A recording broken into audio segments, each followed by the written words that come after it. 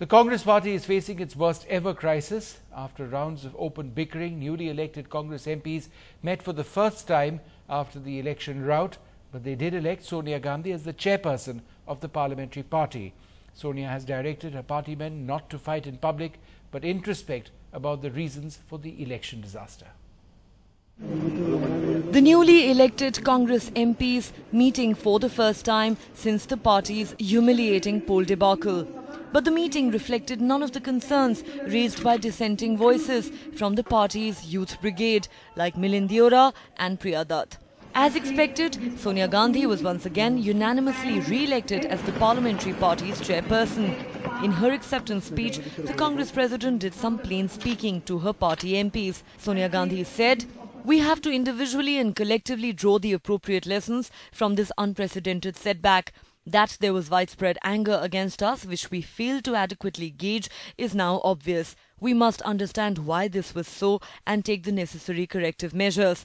Your inputs, your experience and your assessment of our strengths and weaknesses, rather than public acrimony, will be critical to that exercise." Despite the Congress not having large numbers in the Lok Sabha, Sonia Gandhi has made it clear that they are a formidable opposition and they will continue not only to be a vigilant watchdog, but also to work with like-minded political parties to ensure that their voice is heard in both houses of parliament.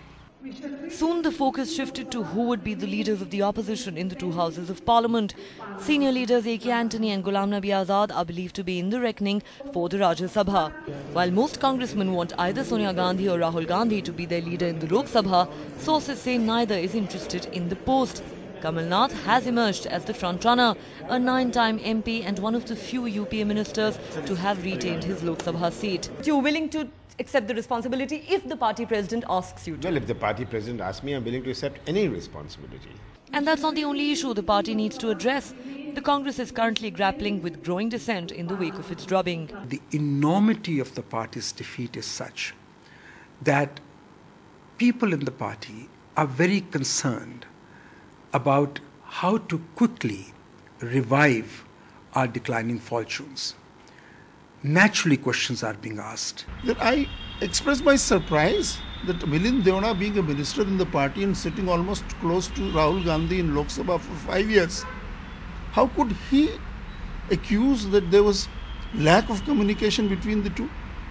Faced with perhaps the worst crisis in its history, the grand old party promises to do some serious introspection and take corrective measures to rebuild and revamp the party. But the big question still remains. Will the Congress leadership walk the talk? Will we see a shakeout, any real and meaningful change on the ground, or will it be business as usual? In New Delhi with Sunil Prabhu, Neha Khanna for NDTV.